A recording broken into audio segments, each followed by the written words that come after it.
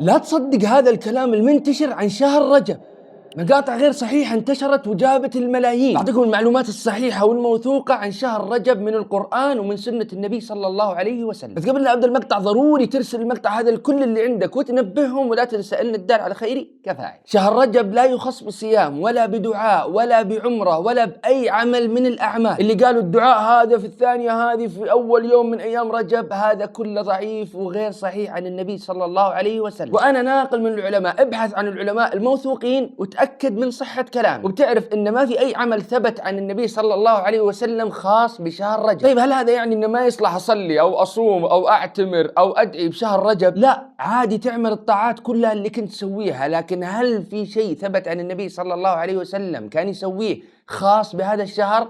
هذا هو الشيء الخاطئ. والمعلومة الصحيحة عن شهر رجب إن من الأشهر الحرم، والذنب فيه مضاعف والعمل الصالح فيه مضاعف أيضا، فضروري تنتبه لذنوبك مهما كنت محتقرها. حاول إذا ما قدرت إنك تتركها بالكلية إنك تقلل منها. والله عز وجل قال في كتابه الكريم عن هذه الأشهر الحرم: إن عدة الشهور عند الله 12 شهرا في كتاب الله يوم خلق السماوات والأرض منها 4 حرم ذلك الدين القيم فلا تظلموا فيهن أنفسكم. لا تظلم نفسك بالمعاصي وهد عليها، والأكيد أيضا أنك ما تظلم غيرك سواء في الأشهر الحرم أو خارجها، ولكنها في هذه الأشهر أسوأ وأسوأ. بس أتمنى استفدتم من المقطع، جزاكم الله خير وحفظ الرحمن.